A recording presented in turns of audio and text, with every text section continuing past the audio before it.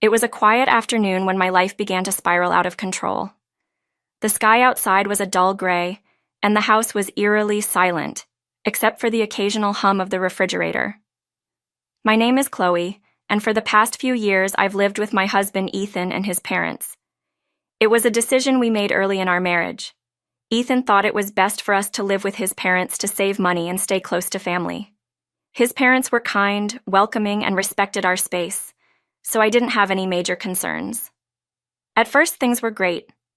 My mother-in-law took over the housework while I worked, and I handled the chores when I was home. Everything was balanced, and we all got along. But there was one person who could throw off that balance with just her presence: Emily, Ethan's older sister. Whenever Emily visited with her daughter, Olivia, tension filled the air. Emily had a way of making me feel like I didn't belong, like I was an intruder in my own home. From the very beginning, she treated me as an outsider. No matter what I did to try and fit in, Emily would find a way to dismiss me. "Chloe, could you get me a cup of tea?" she'd ask in a tone that dripped with condescension. "You must have it easy, just hanging around the house all day." It didn't matter that I worked outside the home. Emily had already made up her mind about me. Her daughter, Olivia, was no better. Olivia had graduated from college but struggled to find a job. She would often visit, complaining about how the world didn't recognize her talents. "Olivia is brilliant," Emily would say, glaring at me as if I was responsible for her daughter's misfortunes. I tried to offer advice once, suggesting that maybe Olivia should broaden her job search, but Emily shot me down instantly. "What would you know, Chloe? You don't work nearly as hard as I do." I let it go, not wanting to make things worse. Eventually, Olivia did find a job, but not because of her skills. Emily had pulled strings, using her connections at a company where she worked part-time. Olivia was overjoyed when she finally landed a position, and Emily made sure everyone knew it was because of her. "It's a subsidiary of the company I work for," she boasted. "I'm sure they recognized my name on her application." The tension only worsened when Emily asked my mother-in-law if Olivia could stay with us during her month-long training. The training facility was close to our house, and Emily thought it would be more convenient for Olivia to stay here rather than commuting from her own home. My mother-in-law, always generous, agreed without hesitation. But no one asked me. I found out Olivia was moving in only after everything had been decided. I didn't object at first. After all, she was family, and I believed we could manage. But as soon as Olivia moved in, things quickly took a turn for the worse. Olivia's presence in the house was disruptive, to say the least. Despite the training center being just a few minutes away, she was late almost every day. Her years of living a relaxed student life had made her careless, and she didn't seem to care about her new job. "Grandma, why didn't you wake me up?" she'd complain, even though she was a grown adult and it wasn't anyone's responsibility to wake her. My mother-in-law, always patient, would softly apologize and try to wake her earlier the next day. But nothing seemed to change. Olivia's attitude was just as bad when she returned home in the evenings. She expected dinner to be ready the moment she walked in the door, and if it wasn't, she'd throw a fit. "I'm exhausted. Why isn't dinner ready yet?" she'd snap. Watching my mother-in-law, who was trying her best to accommodate her, be treated this way made my blood boil. One evening, I couldn't take it anymore, and decided to say something. "Olivia, you shouldn't take having dinner ready for you for granted. You need to show Grandma some appreciation." My words were meant to remind her of basic manners, but Olivia's reaction was immediate and hostile. "Why do I have to listen to you, Chloe?" she spat. "You're not even family." Her words cut deep, but I tried to remain calm. "I am family," I said firmly. "I'm married to your uncle, and we're all living in the same house. We need to respect each other." But Olivia wasn't interested in respect. "Mom says you're just an outsider," she shot back, "so stop pretending you belong." Her dismissal hit me harder than I expected. I had always seen myself as part of this family, but now Olivia had voiced what I had secretly feared all along, that to her and Emily, I was nothing more than a guest who had overstayed her welcome. Still, I wasn't going to let her walk all over me. "Whether you see me as family or not, you're an adult now, Olivia. Being late to work and demanding everything be done for you isn't acceptable. Olivia rolled her eyes and muttered something under her breath, clearly not taking me seriously.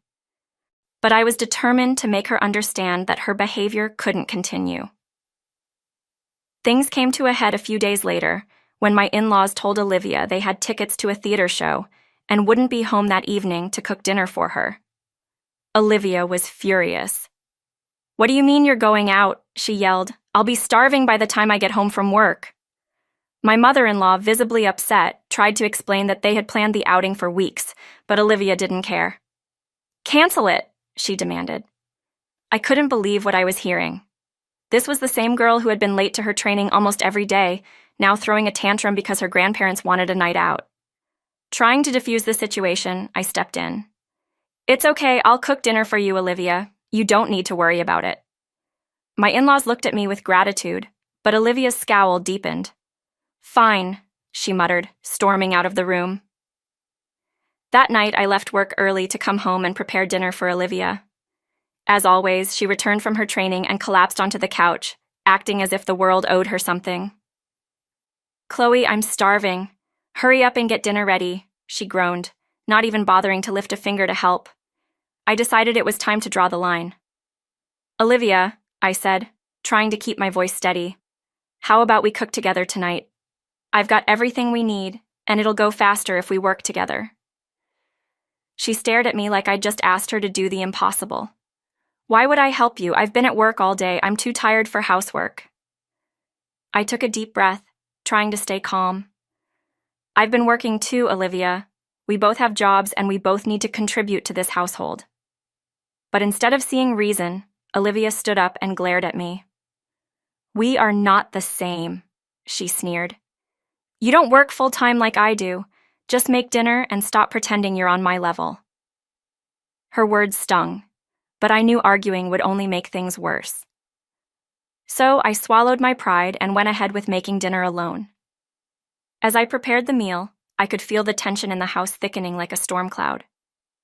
Olivia sat on the couch, flipping through TV channels without a care in the world, while I quietly cooked in the kitchen.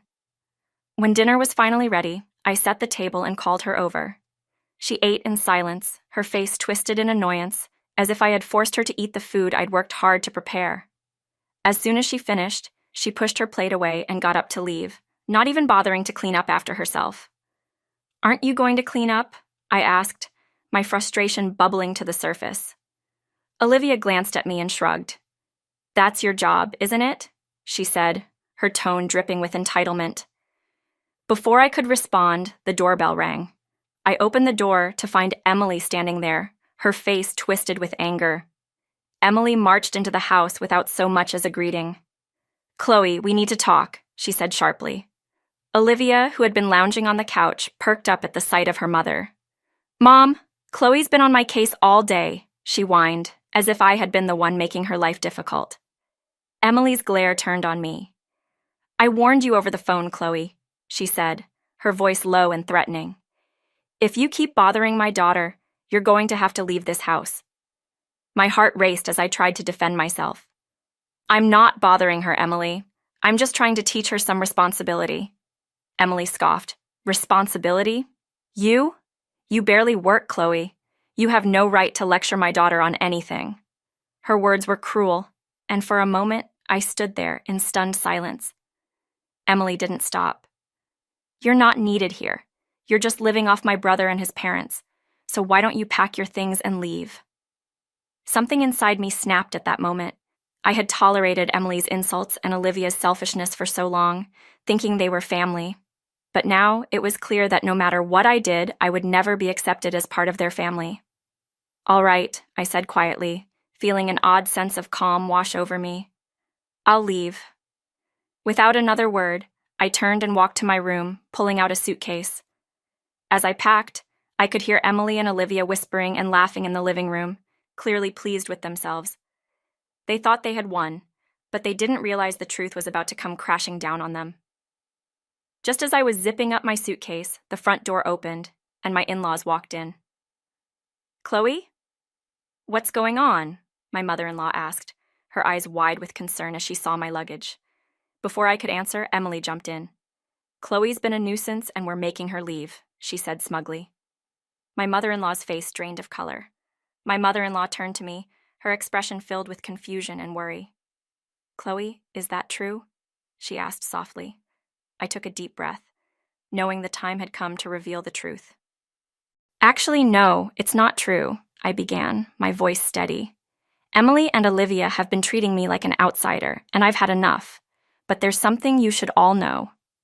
Emily's smug smile began to falter. "What are you talking about?" she demanded. I looked her straight in the eye. "I've been working full-time this whole time, Emily. I'm not just sitting around the house. In fact, I'm an executive at the corporate office of the company where Olivia just got hired." The room went silent. Olivia's face turned pale. "What?" she whispered. "You're an executive?" "Yes," I confirmed. "I was the one who recommended Olivia to HR. I didn't want her to know because I thought it would be good for her to learn responsibility on her own." The truth hit Emily and Olivia like a tidal wave. Emily's face twisted in shock, while Olivia's eyes filled with panic. "Please, Chloe," Olivia stammered. "Don't tell anyone. I didn't know. I'll change, I promise." But I wasn't finished. "Emily, you should know that your behavior as a manager has also come under scrutiny. There's been an investigation into how you've been treating your part-time employees, and the parent company is aware of everything." Emily's confidence crumbled before my eyes. "Wait, no," she pleaded. "That's a misunderstanding. I didn't mean to mistreat anyone." I stared at her coldly. "It's too late for that, Emily. The truth is out, and there's no going back." With that, the power dynamic in the house shifted completely. Emily and Olivia, who had once looked down on me, were now at my mercy. I stayed in the house, supported by my in-laws, while Emily lost her job, and Olivia was sent to a remote training center. The peace that followed was more than worth the battle I had fought.